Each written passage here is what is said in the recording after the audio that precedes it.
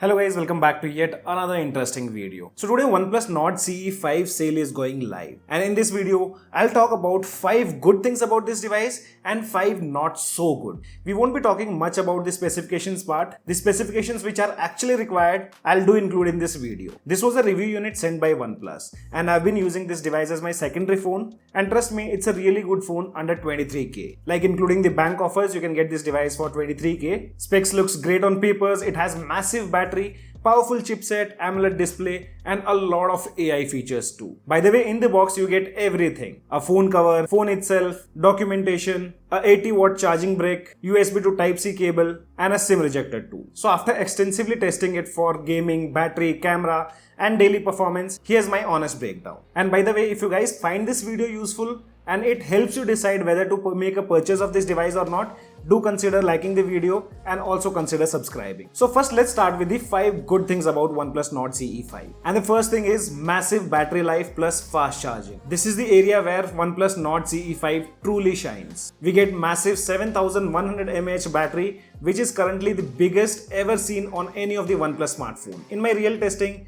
I was continuously getting 9+ hours of screen on time with the normal usage like social media, YouTube, messaging, and occasional gaming. During intense days with camera testing, benchmarks, I still got around 6 hours of screen on time, which is actually impressive. I just wish OnePlus would have added 100-watt fast charger inside the box instead of 80-watt. And it's the same thing with OnePlus Nord 5 and CE 5. Though charging isn't that concerning, in a testing, 0 to 50% took around 32 to 33 minutes. And to fully charge, device sometimes takes 77 minutes and sometimes takes 70 minutes. See, charging speed also matters on the device temperature and the ambient temperature. There are many factors, but on an average, device have been taking somewhere around 65 to 77 minutes. I mean, 77 minutes was the maximum which we recorded. So the battery backup is excellent, and the charging is not a big concern though. If you plug it for 10 to 15 minutes, your device can easily last another 5 to 6 hours. And the second thing which I liked about this device is smooth gaming experience. Gaming is where I did notice this device performs really well. It's packed with MediaTek Dimensity 8350 Apex processor and paired with LPDDR5X RAM and UFS 3.1. We tested BGMI in 2 modes. One is the TDM. There we got 120 FPS. Like you can enable 120 FPS on this device, and in a testing while playing TDM, we got average FPS of 117.7 frames per second. And while in the TDMs, the maximum temperature just reached 35.4 degrees Celsius. And after that, we also tested out classic matches in which I switched to 90 FPS. Because in 120 FPS, I was not feeling that comfortable. The gameplay was not that smooth. So I switched to 90 FPS.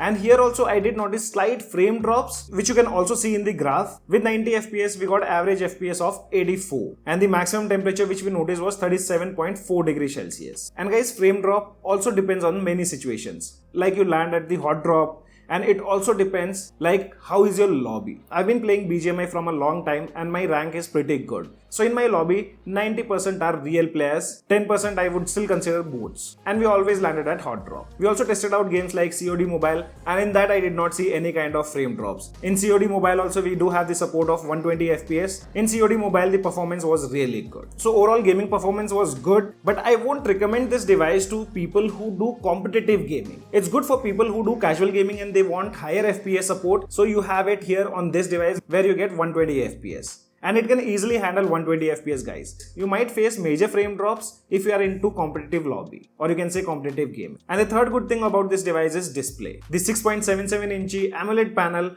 on the Nord CE 5 is vibrant, responsive, and easy for best under 25k. It supports 120Hz refresh rate, 10-bit colors, HDR10+ support, and peak brightness of 1430 nits. It also comes with the support of Aqua Touch, where if you're using the device in light drizzle or if your fingers are wet, you can still use the display with no issues. Streaming HDR content on Netflix, YouTube looks great, and the display stays visible even under direct sunlight. It's smooth, sharp, and delight to use daily. For people who watch a lot of content, the display really adds a value. You get vibrant colors, and good contrast delivers immersive experience. Black looks deep, highlights are controlled, and the overall experience is good, but with earbuds. I'll tell you why in the not so good about Nord CE 5 section. Fourth good thing about OnePlus Nord CE is the software. So it comes out of the box with OxygenOS 15 based on Android 15. It's clean and filled with intelligent additions. Some bloats are there, but those can be easily uninstalled. Both the devices like OnePlus Nord 5 and Nord CE 5 will get the support of 4 years of OS upgrades and 6 years of security patch updates. So we all know starting from OnePlus 13s, OnePlus have started including OnePlus Talk Dialer on their upcoming OnePlus smartphone. So the same thing is also available on OnePlus Nord CE 5, where you can record the calls without that announcement. And it also comes with some AI features, like you can translate the entire conversation. You also have an option to summarize. So this is a big add-on on OnePlus Nord CE 5. After that, we also have AI search, which lets you search anything on your device, but currently it's implemented in OnePlus Shelf.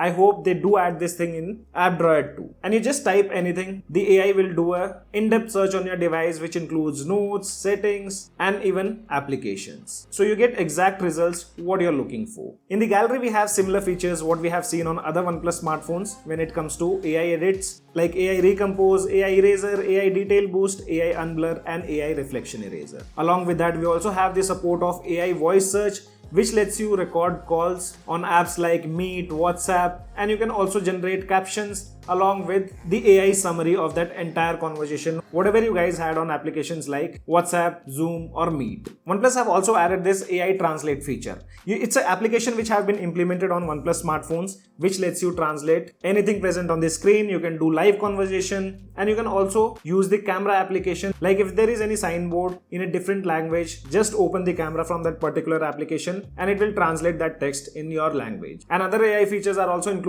like Google Circle to search and Gemini AI. And when we are talking about the software part, how can we forget the animation? So animations are equally good what we see on flagship devices. Recently they did add on OnePlus Nord CE 4, but out of the box on OnePlus Nord CE 5, we have those beautiful animations what we get to see on OxygenOS 15. And the last good thing about this device is versatile camera system. The camera setup on OnePlus Nord CE 5 is surprisingly well optimized. Main camera is 50 megapixel Sony LYT 600 with OIS support. Then we have 8 megapixel ultra wide and 16 megapixel selfie camera. And by the way, rear camera can record 4K 60 FPS video. And here you can take a look at the videos which are being recorded directly from the Nord CE 5. This recording is directly from OnePlus Nord CE 5.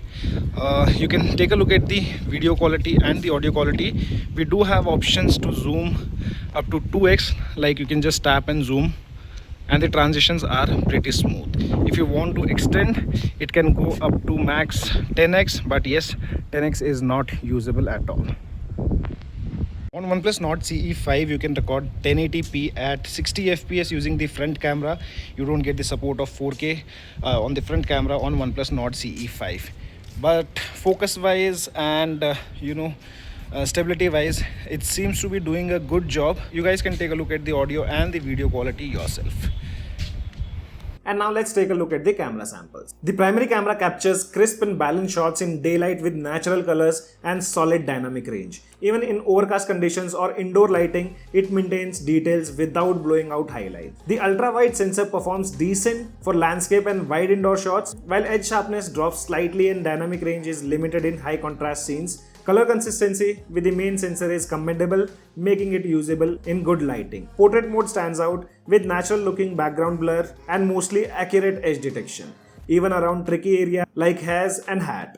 Skin tones are realistic and texture remained intact, though it occasionally struggles to focus when multiple faces in the frame. The front camera does a good job in daylight, offers detailed selfies with preserved background depth. Skin tone stays natural, though there is minor overprocessing and occasionally focus inconsistencies. Where the subject isn't always tagged sharp, still for social media, it's more than capable. Night mode also does a great job. It enhances the brightness without blowing out lights, keeping colors true and lift shadows well, while some softness remains around the edges, but the overall results are clean and usable. I'll put up all the photos in the G drive. You guys can take a look at the original quality. And now let's talk about 5 not good things about OnePlus Nord CE 5. And the first one is no stereo speaker support. Just a single firing bottom speaker. That's the reason I said the content watching experience will be really good if you're using earbud. If you're used to stereo speakers, I would say on this device you'll miss out that thing. Though the sound is loud enough but lacks depth and clarity. For multimedia and gaming, this feels like a serious downgrade, especially considering the Nord CE 4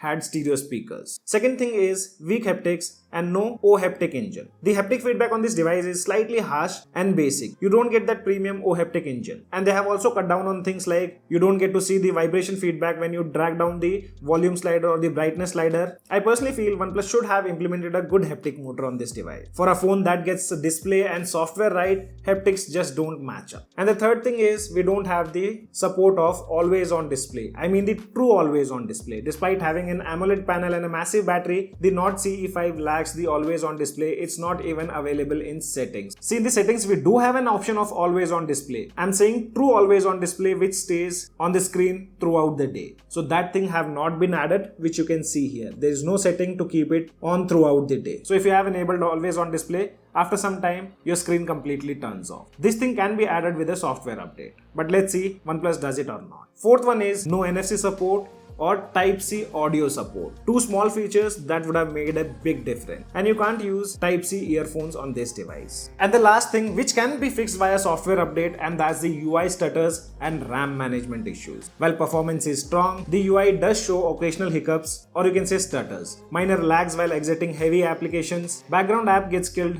too aggressively. RAM management seems to be off and needs slight optimization. Hopefully these two things, UI stutters, RAM management and always on display, gets fixed with the upcoming updates. So guys, these were 5 good and 5 not so good thing about OnePlus Nord CE5. I hope after this video you guys are easily able to decide whether to make a purchase of OnePlus Nord CE5 or not. And you guys let me know in the comment section below, did you guys like this OnePlus Nord CE5 and are you okay with the things which are not so good about Nord CE5? Drop your thoughts in the comment section below. This is your friend Ashok signing out. See you guys in the next video.